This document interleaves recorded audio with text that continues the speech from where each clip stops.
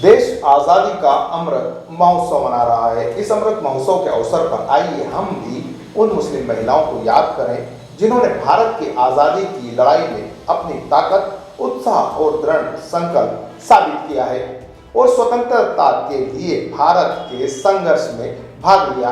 इन 4 मुस्लिम महिलाओं ने अपनी हिंदू स्वतंत्रता संग्राम सेनानी बहनों के साथ कंधे से कंधा मिलाकर आजादी की लड़ाई लड़ी।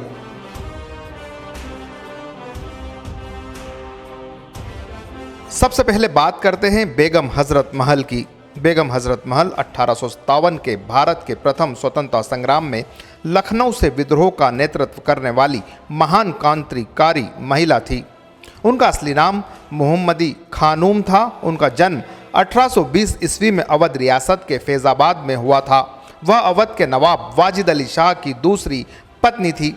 अंग्रेज अवध पर अपना अधिकार करना चाहते थे। अंग्रेजों द्वारा अवध के नवाब वाजिद अली शाह को इसी के चलते नज़रबंद कर कलकत्ता भेज दिया गया था। तब बेगम हजरत महल के कंधों पर पूरी जिम्मेदारी आ गई और अवध महल की रियासत की बागडोर उन्होंने अपने हाथ में ले ली। उन्होंने अपने नाबालिग पुत्र बिरजिस कद्र को इस राजगद्दी पर बैठाकर अंग्रेजी सेना का स्वयं मुकाबला किया। उनमें संगठन की अभूतपूर्व क्षमता थी और इसी कारण अवध के जमींदार, किसान, सैनिक भी उनके नेतृत्व में अंग्रेजों के खिलाफ लामबंद हो गए। सभी ने मिलकर अंग्रेजों से लोहा लिया। अंग्रेजी सेना का डटकर मुकाबला किया गया, परंतु पराजय के बाद उन्होंने भागकर नेपाल में शरण ले ली। उस समय नेपाल के प्रधानमंत्री महाराजा जंग बहादुर राणा द्वारा उन्हें शरण प्रदान की गई। उसके बाद बेगम हजरत महल ने अपना पूरा जीवन नेपाल में ही व्यतीत किया और वहीं पर 7 अप्रैल 1869 ईस्वी में उनका निधन हो गया। वहीं काठमांडू की जामा मस्जिद के मैदान में उन्हें दफनाया गया। प्रथम स्वतंत्रता संग्राम में उनके महत्वपूर्ण योगदान को सम्मानित करते हुए 15 अगस्त 1962 में लखनऊ हजरतगंज के विक्टोरिया पार्क का नाम बदलकर उनके नाम पर रखा गया। 10 मार्च 1984 को भारत सरकार द्वारा उनके सम्मान में डाक टिकट भी जारी किया गया।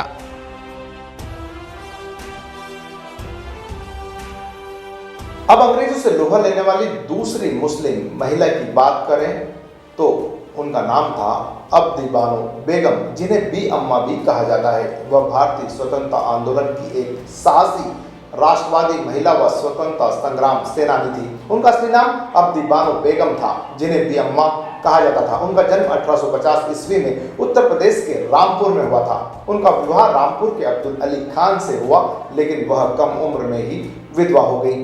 फिर भी उन्होंने कड़ी मेहनत कर अपने बच्चों का पालन पोषण किया और उन्हें अच्छी शिक्षा भी दिलाई। उनके 2 लड़के मौलाना शौकत अली, मौलाना मोहम्मद अली जोहर थे, जो अली ब्रदर्स के नाम से मशहूर हुए। बानो बेगम ने स्वतंत्रता आंदोलन में सक्रिय भूमिका निभाई। 1917 में जब उनके दोनों बेटों को जेल में डाला गया तो श्रीमती एनी बेसेंट के साथ आंदोलन पर बैठ गईं और अपनी तरफ से एक बड़ी मुक्ति सभा को उनके द्वारा संबोधित भी किया गया। अंग्रेजों के खिलाफ उन्होंने अभूतपूर्व भाषण दिया, जिसकी चर्चा आज भी होती है। 1919 में उनके दोनों बेटों ने खिलाफत आंदोलन का प्रमुख रूप से नेतृत्व किया और उन्होंने भी इस आंदोलन में सक्रिय भूमिका निभाई। 1920 में गांधी जी के आह्वान पर असहयोग आंदोलन में भी उन्होंने हिस्सा लिया। उन्होंने खिलाफत आंदोलन और असहयोग आंदोलन में धन उगाने मतलब आज़ादी आंदोलन के लिए धन संग्रहित करने में महत्वपूर्ण भूमिका निभाई। बी अम्मा अक्सर बसंती देवी, सरला देवी, एनी बेसेंट, सरोजनी नायडू जैसी हिंदू महिलाओं के साथ कंधे से कंधा मिलाकर आंदोलन में शामिल रहती थी। उनके द्वारा हर बार संबोधन के दौरान उनका नाम प्रमुखता से रखा जाता था। वह हिंदू मुस्लिम एकता की भी प्रतीक थी, मगर अफसोस की बात है कि बी अम्मा स्वतंत्र भारत न देख सकी और 13 नवंबर 1924 को उनका निधन हो गया। बीबी अमात सलाम, यह तीसरा वह नाम है जो महात्मा गांधी के अहिंसक आंदोलन की समर्थक थी। बीबी अमात सलाम जो दृढ़ता से मानती थी कि केवल गांधीवादी तरीके के जरिए ही अंग्रेजों की गुलामी की जंजीरों से आज़ादी हासिल की जा सकती है। 1907 में राजपूताना परिवार में पंजाब के पटियाला में उन्होंने जन्म लिया था। उनके पिता कर्नल अब्दुल हमीद और उनकी मां अमातुर रहमान थी। अमातुस सलाम 6 बड़े भाइयों की छोटी बहन थी। उनका स्वास्थ्य बचपन से ही बहुत नाजुक था। वह अपने सबसे बड़े भाई स्वतंत्रता संग्राम सेनानी मोहम्मद अब्दुल रशीद खान से प्रेरित थी। अपने भाई के नक्शे कदम पर चलते हुए उन्होंने देश की जनता की सेवा करने का फैसला किया। अमातुस सलाम ने खादी आंदोलन में भाग लिया और अपने भाई के साथ भारतीय राष्ट्रीय आंदोलन की बैठकों में भी हिस्सा लिया। वह महात्मा गांधी और सेवाग्राम आश्रम के गैर हिंसा सिद्धांत के प्रति आकर्षित थी। उन्होंने सेवाग्राम में शरण ली और उसी आश्रम में रही और वहाँ के नियमों का पालन भी किया। 1931 में वहाँ गई। उन्होंने आश्रम में प्रवेश किया और पूरे जोश और खरोश के साथ आज़ादी आंदोलन के हर कार्य में उन्होंने शिरकत की। गांधी दंपति के बहुत करीब हो जाने के चलते गांधी अमातुस सलाम को अपनी प्यारी बेटी मानने लगे।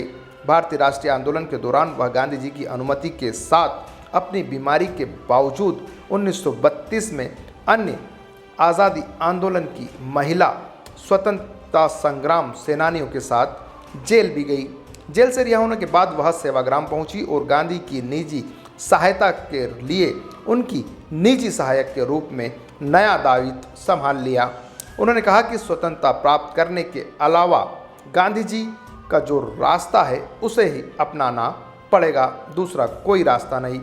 हिंदुओं और मुसलमानों के बीच असमंजस्य, हरिजनों और महिलाओं का कल्याण उनकी जीवन महत्वाकांक्षाएं थी। जब सांप्रदायिक दंगे भड़क गए तो उन्होंने उत्तर पश्चिम सीमांत सिंध और नौखली क्षेत्रों का दौरा गांधी के राजदूत के रूप में किया। उन क्षेत्रों की स्थिति को सामान्य करने के लिए 20 दिनों तक वह अकेली सत्याग्रह करती रहीं। आज़ादी के बाद उन्होंने खुद को सार्वजनिक सेवा में बदल दिया। उन्होंने राष्ट्रीय एकीकरण और सांप्रदायिक सद्भावना को बढ़ावा देने के लिए हिंदुस्तान नामक एक उर्दू पत्रिका भी प्रकाशित की। 1961 में जब खान अब्दुल गफ्फार खान भारत दौरे पर आए तो उन्होंने उनके निजी सहायक के रूप में उनके साथ यात्रा भी शुरू की।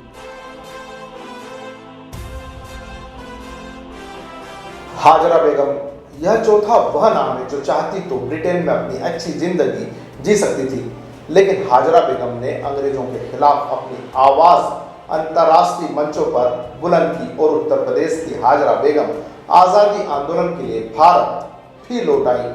हाजरा बेगम, जिन्होंने राष्ट्र को आज़ाद कराने के लिए अंग्रेजों के खिलाफ लड़ाई लड़ी और देश के मेहनतकश जनता के कल्याण के काम भी किए। उनका जन्म 22 दिसंबर 1910 को उत्तर प्रदेश के सहारनपुर में हुआ था।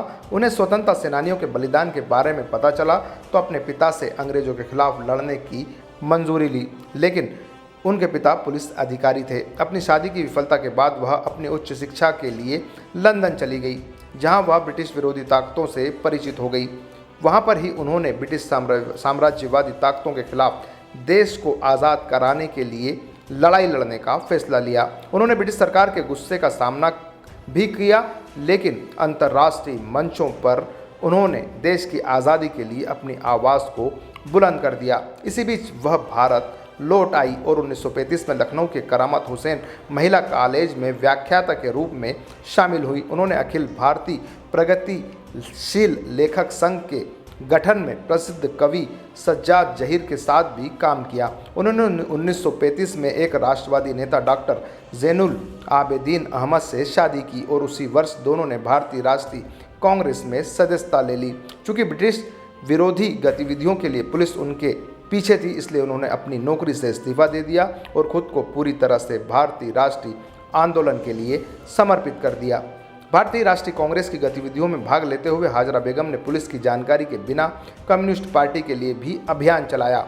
उन्होंने उन दिनों चुनाव में सक्रिय रूप से भाग लिया और इसके परिणाम स्वरूप कई कांग्रेसी नेता निर्वाचित हुए। वह 1937 में आंध्र के कोथापट्टनम में एक गुप्त राजनीतिक कार्यशाला में भी शामिल हुई। वह मेहनतकश लोगों और महिलाओं के इलाकों में हाजरा आपा के रूप में बहुत लोकप्रिय हो गई। सोवियत संघ ने 1960 में लेनिन की जन्म शताब्दी की पूर्व संध्या पर लोगों के लिए उनके काम को मान्यता देने के लिए सुप्रीम सोवियत जुबली अवार्ड से सम्मानित किया गया। हाजरा बेगम, जिन्होंने अपना पूरा जीवन देश की सेवा में लगाया, 20 जनवरी 2003 को उन्होंने अंतिम सांस ली। इस पूरी जानकारी के लिए हम क्रेडिट देते हैं इसके राइटर सैयद नसीर अहमद को।